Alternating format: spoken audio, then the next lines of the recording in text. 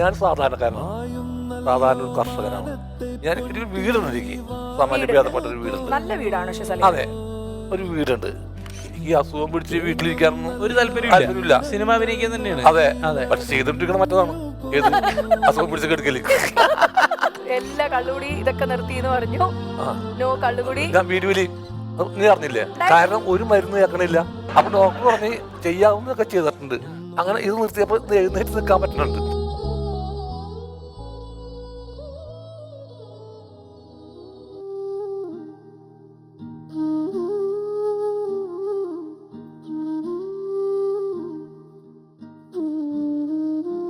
ആത്മാർത്ഥമായിട്ടാണ് അങ്ങനെ പറയുന്നതെങ്കിൽ ആർക്കായാലും ഇഷ്ടപ്പെടും. ആത്മാർത്ഥം വേണം. എന്റെ ലാഭത്തിന് വേണ്ടി അതാണ് അങ്ങനെ കാണരുത്.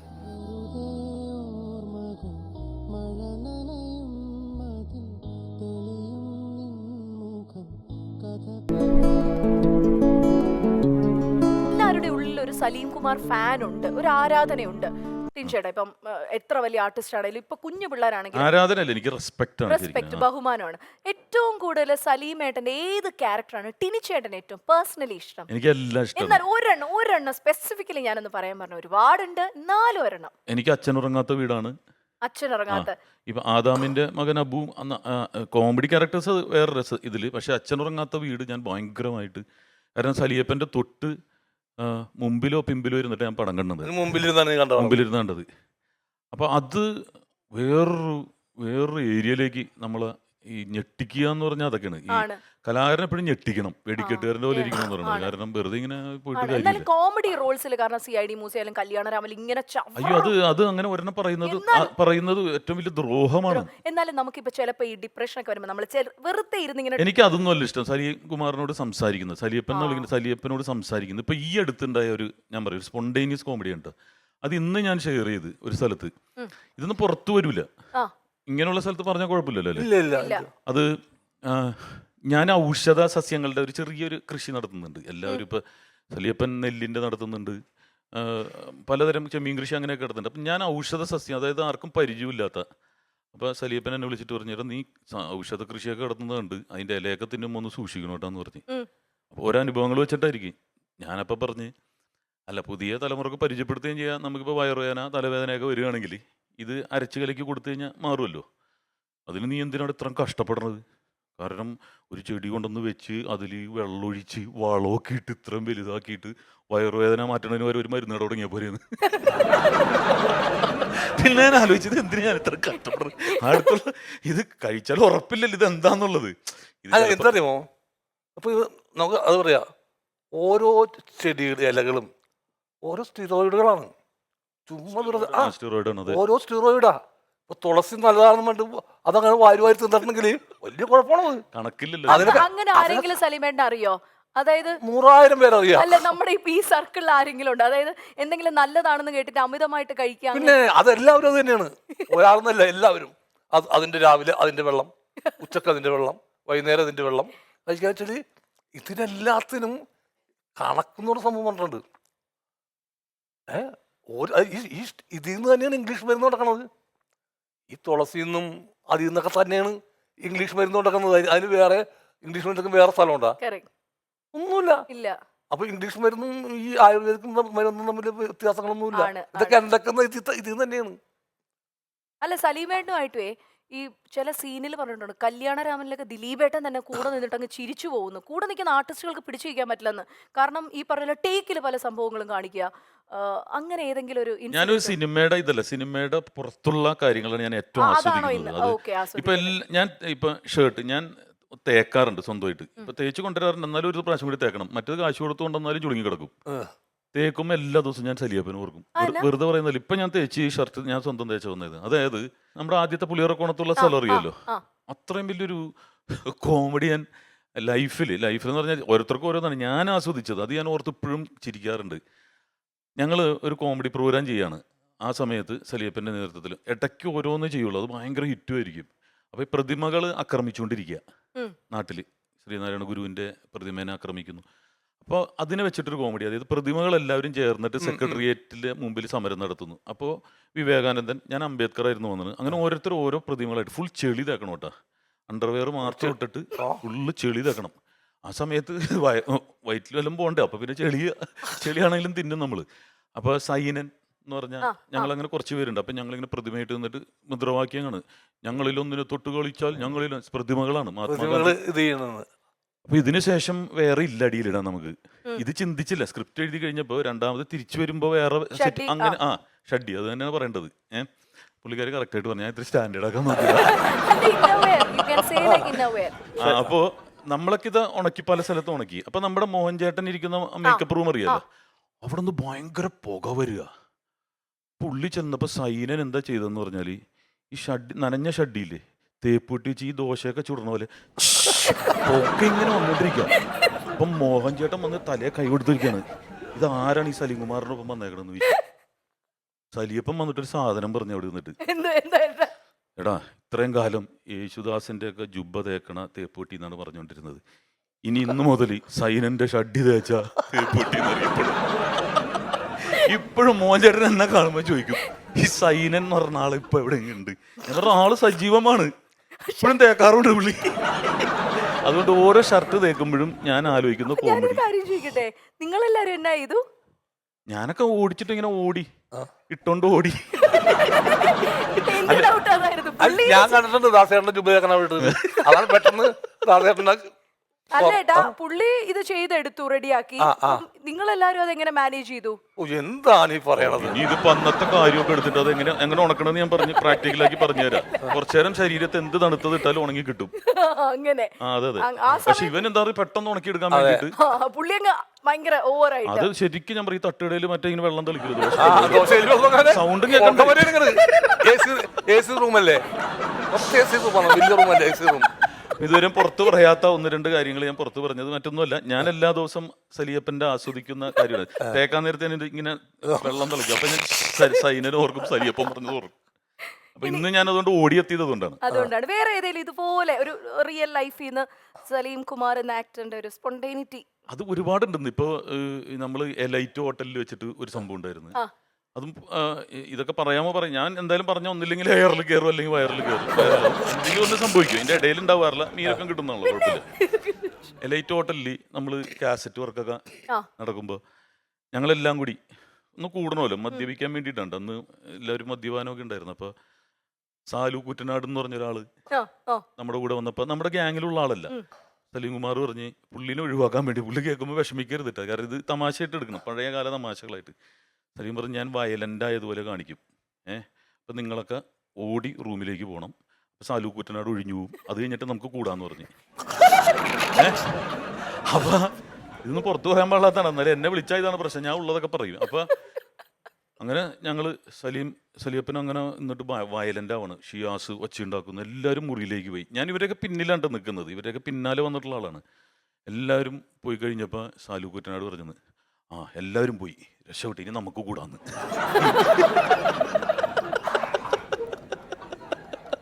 ഞങ്ങളൊക്കെ ആരായി, ഞങ്ങളൊക്കെ മുറിയിൽ കാത്തിരിക്കണേ കൂടി. അപ്പൊ അതൊക്കെ എന്ന് പറഞ്ഞിട്ടുണ്ടെങ്കിൽ സിനിമയിലോ അല്ലെങ്കിൽ ഇതിൽ ഒക്കെ ഉപയോഗിക്കാൻ പറ്റുന്നതും എന്നാൽ ആരും ഓർക്കാത്തതുമായ കാര്യങ്ങൾ എൻ്റെ മനസ്സിൽ മായാതെ കിടക്കുന്നുണ്ട് മനസ്സിൽ. ഇതൊക്കെ ഓർത്തിട്ടാണ് സിനിമകളിലെ സീൻ എന്ന് പറഞ്ഞാൽ എപ്പോഴും നിങ്ങൾ കണ്ടുകൊണ്ടിരിക്കുകയല്ലേ, അത് ഞാൻ റിപ്പീറ്റ്. പക്ഷെ ഇത് എന്നെ ഓരോ ദിവസവും എവിടെയെങ്കിലും ഒന്നില്ലെങ്കിൽ എന്നെ എയറിലാക്കുന്നതിൽ സലീം കുമാർ ആയിരിക്കും അതിൻ്റെ കൗണ്ടർ അടിക്കുന്നത്. ഇതാരാണ് ഇനി ഇന്നാള് കൊള്ളാം അതൊക്കെ വരുന്നത് എനിക്കൊക്കെ എന്നെ എയറിൽ കയറ്റുന്ന ഒരു മുഖമാണത്. അപ്പൊ അതുകൊണ്ട് നിത്യേനെ യേശുദാസിന്റെ പാട്ട് കേൾക്കുന്ന പോലെ ഞങ്ങൾ അതെ ഞാൻ വിഷ്ണു ഉണ്ണികൃഷ്ണനൊക്കെ പറയാറുണ്ട്. വിഷ്ണു ഉണ്ണികൃഷ്ണനൊക്കെ ഉണ്ടെങ്കിൽ ഒരു പ്രാവശ്യമെങ്കിലും ഈ സലിയപ്പൻ്റെ ഒരു കോമഡി പറഞ്ഞിരിക്കും അവരിപ്പോൾ ഷൂട്ടിങ്ങിന്. അതുകൊണ്ട് ദാസേട്ടൻ്റെ പാട്ടില്ല അത്ര ഒരു ഇതായിട്ട് ഞാൻ പറയുന്നല്ലോ, ഭയങ്കര സൂചിപ്പിച്ച് ഉയർത്തി പറയുന്നതല്ല, നമ്മൾ മൊബൈലിലാണെങ്കിലും കണ്ടിരിക്കും സലീമേട്ടന്റെ മുഖം അല്ലേ. ഈ സലീമേട്ടന്റെ കാര്യം പറഞ്ഞു, ഇതുപോലെ തന്നെ നമുക്ക് ടൈമിങ്ങിൽ സലീമേട്ടനെ ഞെട്ടിച്ചൊരു ആക്ടർ ആരായിരിക്കും? ഒരുപാട് പേരുമായിട്ട് ചെയ്തിട്ടുണ്ട് കോമിക് ടൈമിങ്ങിൽ ഞെട്ടിച്ചപ്പോൾ ടിൻചേട്ടൻ അല്ലാതെ വേറെ ഈ പറഞ്ഞ പോലെ കൂടെ ഞെട്ടിച്ചിട്ടൊന്നുമില്ല, ഞാൻ പടക്കോയിട്ടാ പോണത് ഞെട്ടി. എന്നാലും സലീമേട്ടൻ തന്നെ ഇതിന്റെ ഈ പറഞ്ഞ പോലെ ഉസ്താദാണ്. എന്നാലും സലീമേട്ടൻ ഞെട്ടിച്ചൊരു ആർട്ടിസ്റ്റ് ഒരുപാട് പേരുണ്ട്. മലയാളത്തിൽ എല്ലാവരും എന്നെ ഞെട്ടിച്ച ആൾക്കാർ തന്നെയാണ്, ഓരോരോ സീൻസിലെങ്കിലും. അപ്പൊ ഒരാൾ മോശക്കാരായിട്ട് മലയാളത്തിൽ എനിക്ക് തോന്നിയിട്ടില്ല. അയാൾ ചെയ്യണം വളരെ മോശമാണ് തോന്നിയിട്ടില്ല എനിക്ക്. അയാള് ഇപ്പൊ ചില സിനിമകൾ അയാൾ ഭയങ്കര ടോപ്പായിട്ട് ചെയ്തിട്ടുണ്ടാവും. ഇപ്പൊ ജഗത് ശ്രീകുമാർ, നമ്മുടെ ഇന്നസെന്റ് ചേട്ടൻ, മാമുക്കോയ, പിന്നെ ആരാണ്, അങ്ങനെ എല്ലാവരും അവര് വേറെ വേറെ ഫിലിംസിലൊക്കെ അവര് സൂപ്പറാണ്. അപ്പൊ ടിനി ആയാലും ടിനി പടം എടുത്തിട്ടുണ്ടെങ്കിൽ നിന്റെ വേറെ പടത്തിൽ അവൻ സൂപ്പറാണ്. അല്ല, ഞങ്ങൾ എല്ലാവരും ഇപ്പോഴും സലീമേട്ടന്റെ വീഡിയോസ് കണ്ട്, ആ മണവാളനായാലും ഞങ്ങൾ കണ്ട് ഒരുപാട് ചിരിക്കുന്നതാണ്. സലീമേട്ടൻ സ്വന്തം ക്ലിപ്സ് ഒക്കെ കണ്ട് ചിരിക്കാറുണ്ടോ? ഓ, ഞാൻ ചിരിക്കാറുണ്ട്. ആണ് ഏറ്റവും കൂടുതൽ സലീമേട്ടൻ തന്നെ കൈവിട്ട് ചിരിക്കുന്ന ഏതായിരിക്കും? സലീമേട്ടന്റെ ഓ, ഞാൻ നോക്കുന്നില്ല ഏതായിരിക്കും എന്നുള്ളത്. ആണ്. എന്നാലും വീണ്ടും റിപ്പീറ്റ് ചെയ്തൊക്കെ കണ്ട സിനിമ. അല്ല, ഈ വികാരങ്ങളൊക്കെ നമുക്ക് തുല്യമാണെന്നേ. നിങ്ങളും ചിരിക്കും, ഞാൻ ചിരിക്കും, ടിനിയും ചിരിക്കും. അവരൊരു ഇത് കണ്ടിട്ടുണ്ടെങ്കിൽ കുറച്ചുകൂടെ നന്നാക്കാമായിരുന്നു നമ്മൾ ഇരുന്നിരുന്ന്. അങ്ങനെ ഒരിക്കലുമില്ല, എല്ലാം നന്നാക്കാം. എല്ലാം ഇന്ന് കഴിഞ്ഞാലും നാളെ തോന്നും. ഇന്നത്തെ ഗ്യാപ്പ് മതി, വേണ്ട ഒരു അരമണിക്കൂറത്തെ ഗ്യാപ്പ് ഉണ്ടാല് നമ്മൾ പറയും ഇതിങ്ങനെ വീട്ടിൽ നിന്ന് പ്രിപ്പയർ ചെയ്തുകൊണ്ടിരുന്നതല്ല, സംഭവിക്കുന്നതാണ്. അത് നാളെ കാണുകയാണ് ഈ ഇന്റർവ്യൂ. അയ്യോ, കുറച്ചും കൂടി ആ ടിനിയോട് പറഞ്ഞിട്ട് മറ്റേ സംഭവം കയറ്റിയാൽ കുറച്ചും കൂടി നന്നാ. അത് കാലമാണ്. കാലം എന്ന് പറഞ്ഞാൽ വലിയൊരു സംഭവമാണ്.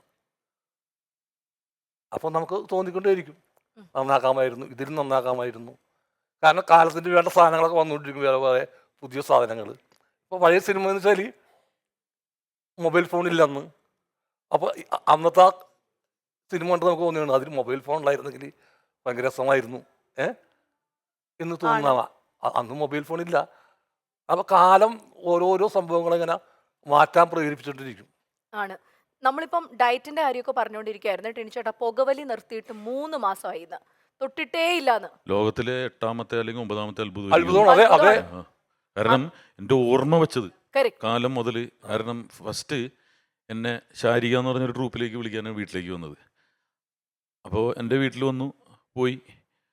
കുറേ കാലം കഴിഞ്ഞ് സലീം കുമാർ ഭയങ്കര ഫെയിമായി വന്നപ്പോൾ എൻ്റെ അമ്മ ചോദിച്ചു, നമ്മുടെ വീട്ടിൽ വന്നിരുന്ന ബീഡി വലിച്ച ആളാണ് ഈ സലീം കുമാർ. മഹാരാജാസ് കോളേജിൽ ഞാൻ പഠിക്കുമ്പോൾ എൻ്റെ ജൂനിയർ ആയിരുന്നു, പ്രായത്തിൽ സീനിയർ ആണെങ്കിൽ എൻ്റെ ജൂനിയർ ആയിരുന്നു. പക്ഷെ അവിടെ ഒരു ബെഞ്ചുണ്ട്.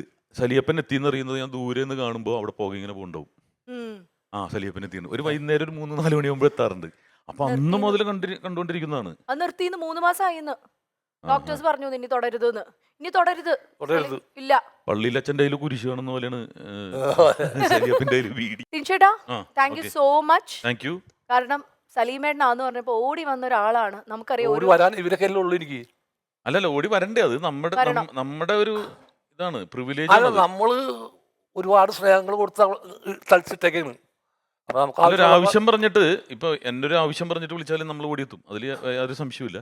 ഇത് ഞാൻ ഒരിക്കലും ഒരു ബുദ്ധിമുട്ടുകാരില്ല ഒരാളെയും. എന്നെ പോലെ ആൾക്കാരായാലും പിഷാരടി ആയാലും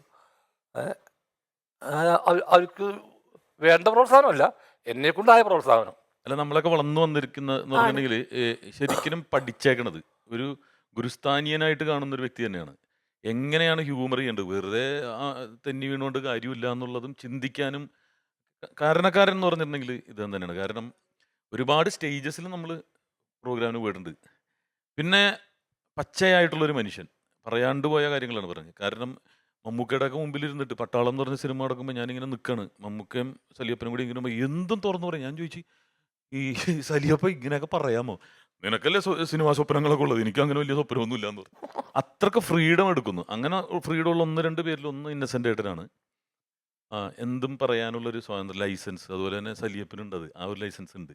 ആണ്. മമ്മൂക്കയാണെങ്കിലും ലാൽ സർ ആണെങ്കിലും അത് ആ ഒരു സ്പിരിറ്റിൽ എടുക്കുള്ളൂ. ആണ്. ഇത് കണ്ടിട്ട് വേറെ എല്ലാവരും അങ്ങനെ പോയി പറഞ്ഞ ഫീൽഡ് ഔട്ടായി പോകും. ആണ്. അവര് ചെയ്യുന്നതല്ല ആൾക്കാർക്ക് ഇഷ്ടപ്പെടില്ല. സലിയപ്പന ആത്മാർത്ഥമായിട്ടാണ് അങ്ങനെ പറയുന്നതെങ്കിൽ ആർക്കായാലും ഇഷ്ടപ്പെടും. ആത്മാർത്ഥം വേണം. എന്റെ ലാഭത്തിന് വേണ്ടി അതാണ് അങ്ങനെ കാണരുത്. നമ്മുടെ ഉള്ളിലൊക്കെ ഒരു ആരാധകനുണ്ട് സലീമേട്ടനോട്. ഈ കോമിക് റോൾസ് അത്രയും ചെയ്തിട്ടുണ്ട് മലയാളത്തിൽ. ഏറ്റവും വേഴ്സറ്റൈൽ കൊമേഡിയൻ കൂടിയാണ്. ഏറ്റവും ബിബിന് ഭയങ്കരമായിട്ട് ഇഷ്ടപ്പെട്ട ഒരു കുറേ ഉണ്ടെന്നറിയാം, എന്നാൽ ഒരെണ്ണം പറയാൻ പറഞ്ഞ ഏതെടുത്ത് പറയും? എക്സ്ട്രാ ഓർഡിനറി എന്ന് പറയുന്നത് മായാവിയിലെ സ്രാങ്ക് തന്നെയാണ്. അതായത് നമ്മൾക്ക് ബഹുമാനം, അതായത് നമ്മൾ തിയേറ്ററിൽ നിൽക്കുമ്പോൾ അവിടെ നിന്ന് പൊളിക്കുകയാണല്ലോ എന്ന് പറയില്ലേ, നിന്ന് പൊളിച്ചിട്ട് എന്താ പരിപാടി എന്ന് തോന്നുന്ന പ്രകടനം അതാണ്. ഈ മൊമെന്റിൽ ബിബിനോട് ഒരു കാര്യം റിക്വസ്റ്റ് ചെയ്യാൻ പറഞ്ഞ എന്ത് റിക്വസ്റ്റ് ചെയ്യും? വീണ്ടും വളരെ ശക്തമായിട്ട് തിരിച്ച് സിനിമയിൽ സജീവമായിട്ട് വീണ്ടും വീണ്ടും സിനിമകൾ ചെയ്യണം എന്നുള്ളത് തന്നെ. കാരണം ഞങ്ങൾക്ക് എന്തൊരു എളുപ്പമാണെന്നോ അങ്ങനെയാണെങ്കിൽ. ഉറപ്പായിട്ടും അത് എപ്പോഴും സലീമേട്ടനോട് വിളിക്കുമ്പോൾ നമ്മൾ പറഞ്ഞാണ്. പിന്നെ ലോകത്ത് എനിക്ക് തോന്നുന്നു സലീമേട്ടൻ ദൈവം പറഞ്ഞാലും കേൾക്കാത്ത ആളാണ് സലീമേട്ടൻ്റെ ഒരു സ്വഭാവം വെച്ചിട്ട്. അപ്പൊ അതുകൊണ്ട് അതെല്ലാവർക്കും അറിയാം അല്ലേ സലീമേട്ടൻ? അങ്ങനെ പെട്ടെന്നൊന്നും പറഞ്ഞ ആരെങ്കിലും പറഞ്ഞ കേക്കോ സലീമേട്ടൻ? ചേച്ചിയോ? ഞാൻ പറഞ്ഞു കേൾക്കണില്ല പിന്നെ. അതാണ് എനിക്ക് അസുഖം പിടിച്ച് വീട്ടിലിരിക്കാനൊന്നും ഒരു താല്പര്യമില്ല. താല്പര്യമില്ല. സിനിമ അഭിനയിക്കാൻ തന്നെയാണ്. അതെ അതെ. പക്ഷെ ചെയ്തിട്ടിരിക്കണ മറ്റതാണ്. ഏത് അസുഖം പിടിച്ച് കെടുക്കല്. അല്ല, എല്ലാ കള്ളുകൂടി ഇതൊക്കെ നിർത്തി എന്ന് പറഞ്ഞു. നോ കള്ളുകൂടി. ഞാൻ വീടുവലി നീ അറിഞ്ഞില്ലേ? സീരിയസ്ലി ചേച്ചി 3 മാസമായി. ജാനുവരി 1 അയ്യോ അതൊരു കയ്യടി കൊടുക്കണം കേട്ടോ അത്. കാരണം തുടക്കത്തിൽ നമ്മൾ ഭയങ്കര സ്നേഹത്തിൽ പറയുവേ കയറി. അപ്പൊ ലാസ്റ്റ് ഇങ്ങനെ പറഞ്ഞു വരുമ്പോൾ പുള്ളിയുടെ മുഖം മാറണമെന്ന് നമ്മൾ നിർത്തും. അപ്പൊ എനിക്കറിയാം ചേച്ചി പറഞ്ഞിട്ട് നടക്കള്ള, മക്കള് പറഞ്ഞിട്ട് നടക്കള്ള, ദൈവം ദൈവം പറഞ്ഞ ഒട്ടും കേൾക്കൂല. അപ്പൊ ആ മനുഷ്യൻ സത്യം നിർത്തിയോ ആണല്ലേ? അത് കലക്കിയിട്ടാ ഉഗ്ര തീരുമാനമായി പോയി.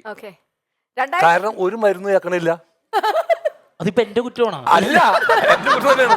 അപ്പൊ ഡോക്ടർ പറഞ്ഞ് ചെയ്യാവുന്നതൊക്കെ ചെയ്തിട്ടുണ്ട്, നിനക്ക് വേറെ മറ്റ് ഇതിനൊന്നും കുഴപ്പമില്ലാത്തതിന്. കുഴപ്പമുള്ള ഒരുപാട് സാധനമുണ്ട്, അതങ്ങനെ പോകുന്നുണ്ട്. വേറെ പുതിയ സാധനങ്ങൾക്കൊന്നും കുഴപ്പമില്ല. അപ്പൊ ഇതാണ് ഞങ്ങൾക്ക് ഇപ്പൊ ആകെ കണ്ടിട്ട് ഇതുള്ള. ഇതും കൊണ്ട് നിർത്തി നോക്കിയാല് അങ്ങനെ ഇത് നിർത്തിയപ്പോ എഴുന്നേറ്റ് നിൽക്കാൻ പറ്റുന്നുണ്ട്. അന്ന് കഴിഞ്ഞോണം കണ്ടതിനേക്കാളും മിടുക്കനായി സലീമേട്ടൻ. അത് ഗംഭീര തീരുമാനമായി പോയി. സലീം കുമാർസ് നെറ്റ് വർത്ത് എന്താ പറയാണ്ട്? നെറ്റ് വർത്ത് എന്ന് പറയുമ്പോ മൊത്തത്തിലുള്ള സലീമേട്ടന്റെ ആസ്തി എന്താണ്? അതാണ് അതെനിക്ക് മനസ്സിലായി. അതെന്താ പറയേണ്ടത്? ഇന്റർവ്യൂല് വന്നേക്കണത് എന്റെ സ്വത്ത് വിവരം ഞാൻ ഇലക്ഷൻ വെക്കട്ടെ. എന്നാലും ഒരു ഉദ്ദേശം, ഒരു അങ്ങനെ എന്തെങ്കിലും?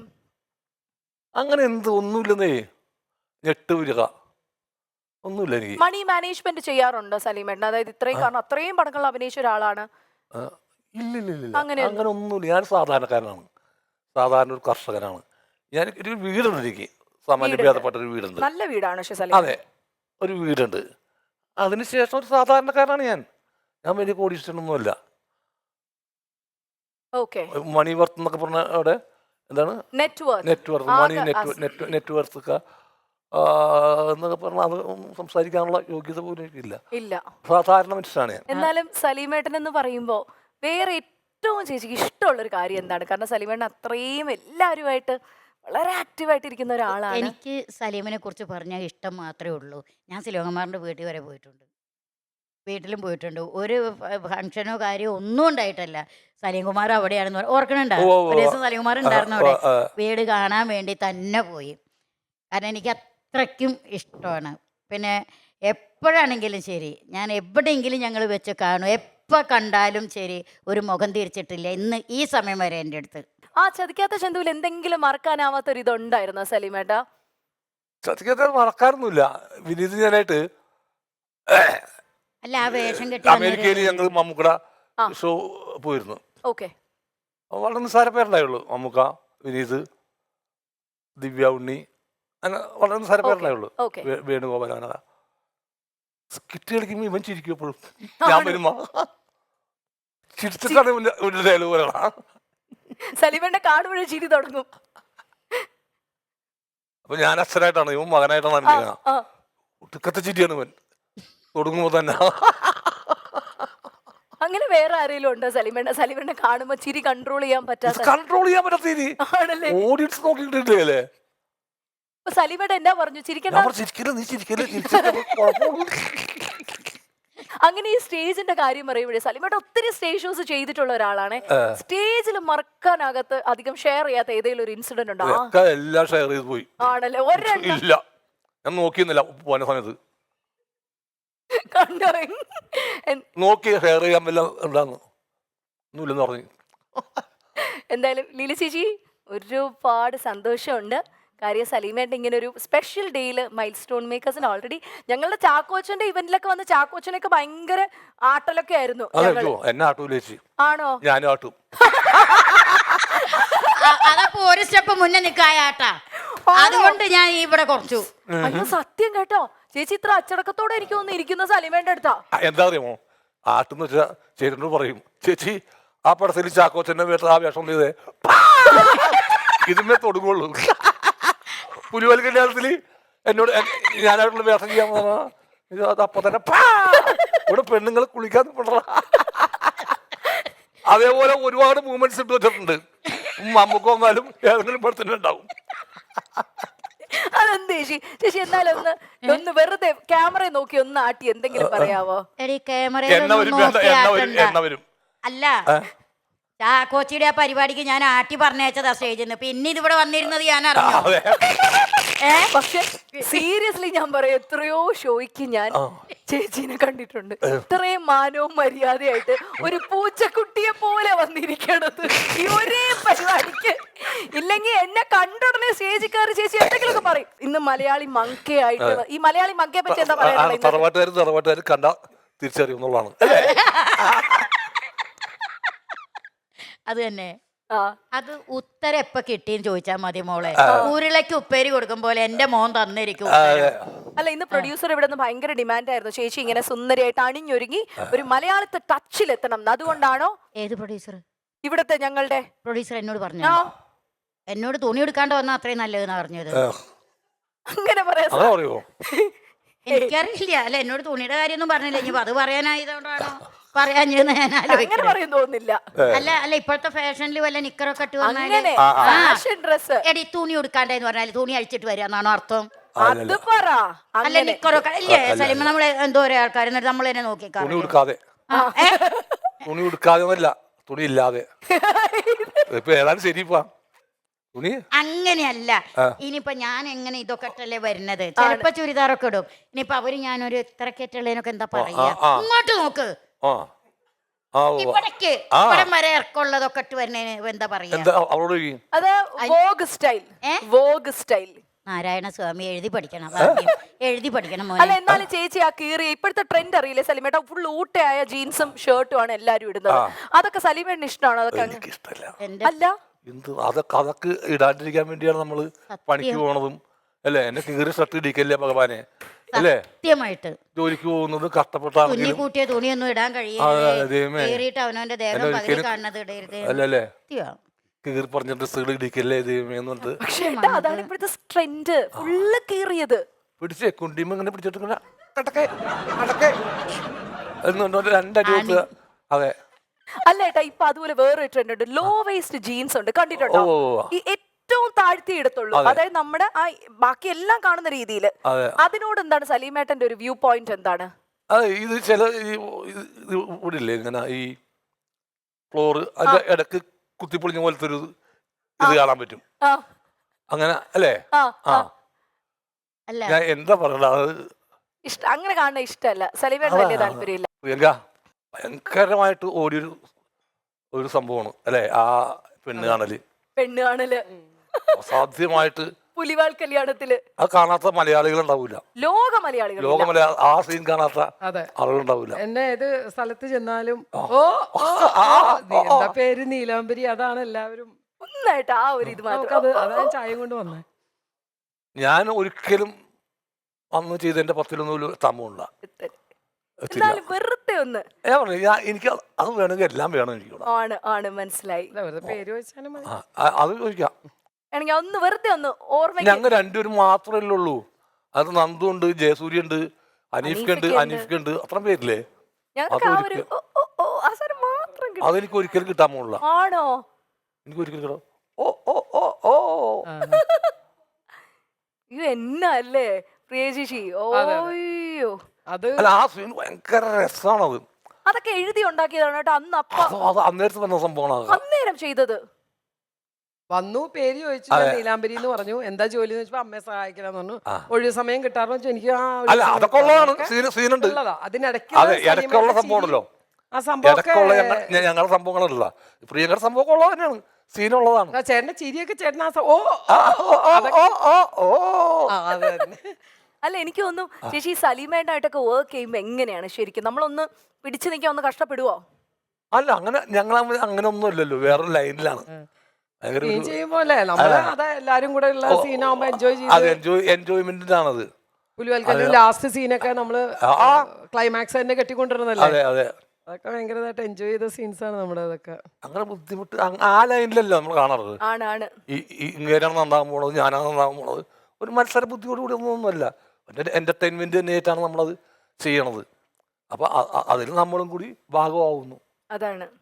സലീമേട്ടൻ വന്ന സമയത്ത് ഞാൻ ഏകദേശം വരുമ്പോ ഞാൻ അഭിനയിച്ച കുറച്ചൊക്കെ ആയിട്ടുണ്ട്. അതെ. അപ്പൊ സലീമേട്ടൻ ഈ ചിരി എന്നോട് ഒരു തവണ ചോയ്സ് ഓർമ്മയുണ്ടോ, പ്രിയങ്ക ഈ ചിരി ആൾക്കാർ മണിച്ചേട്ടന്റെ പോലെ ഇഷ്ടപ്പെടുവോ എന്ന് ചോദിച്ചപ്പോ ഞാൻ പറഞ്ഞു ഉറപ്പായിട്ടും. അങ്ങനത്തെ ചിരിക്കൊരു പ്രത്യേകത ഉണ്ടായിരുന്നല്ലോ, ആണ്. ഭയങ്കരമായിട്ട് ഫീൽ ചെയ്താണ് നമുക്കൊക്കെ. അല്ല എന്തായാലും ചേച്ചിക്ക് എന്തെങ്കിലും പരിഭവോ പരാതി എന്തെങ്കിലും ഉണ്ടെങ്കിൽ അത് മുന്നോട്ട് വയ്ക്കുകയാണ്.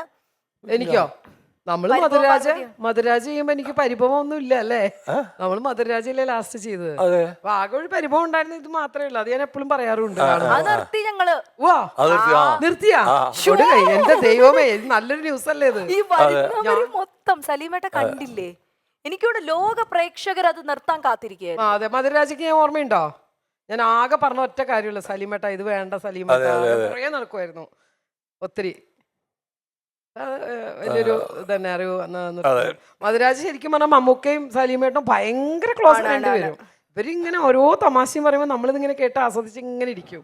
അപ്പോഴാണ് ഞാൻ ഒരാളെ അവിടെ കാണിക്കാൻ കൊണ്ടുവന്ന് ഓർമ്മയുണ്ടോ, മമ്മൂക്കാനെ കാണിക്കാൻ വേണ്ടി ഞാനൊരു ലേഡിയെ കൊണ്ടുവന്നു. അവര് വന്ന് ഹഗ് ചെയ്തിട്ട് അവിടെ കിടന്നു, നെഞ്ചത്ത് കിടന്നു മമ്മൂക്കാടെ. അത് ഞാൻ സലീമേട്ടോട് പറഞ്ഞു, സലീമേട്ട അത് കണ്ടാ ഞാൻ പരിചയപ്പെടുത്താൻ കൊണ്ടുവന്ന ആളാണ് ആ കിടക്കണതെന്ന്. സലീമേട്ടൻ എന്ത് ചെയ്തെന്നറിയോ, സലീമേട്ടൻ ഞാൻ അങ്ങനെ പറഞ്ഞു, എനിക്ക് പോലും ആ ഭാഗ്യം കിട്ടിയിട്ടില്ല, നെഞ്ചിലൊന്ന് മമ്മൂക്കാടെ. സലീമേട്ടൻ എന്ത് ചെയ്തെന്നറിയോ, മമ്മൂക്കാട് പറയാൻ നിൽക്കണേ. ഞാൻ പറയല്ലേ, അതൊന്നും പറയാൻ പാടില്ല, നമ്മളത് അറിയാതെ പറഞ്ഞു പോയതല്ലേ, അത് അവതരിപ്പിച്ചു. ഇങ്ങനെയൊക്കെ ചെയ്യും ചിലപ്പോ ലൊക്കേഷനിൽ. അതാണ്. എന്തായാലും നിങ്ങൾ രണ്ടുപേരും ഇരിക്കുമ്പോ ഒന്ന് വീഡിയോയിലൊന്ന് നമുക്കൊന്ന് വെറുതെ ഒരു രസത്തിന്. ശരി.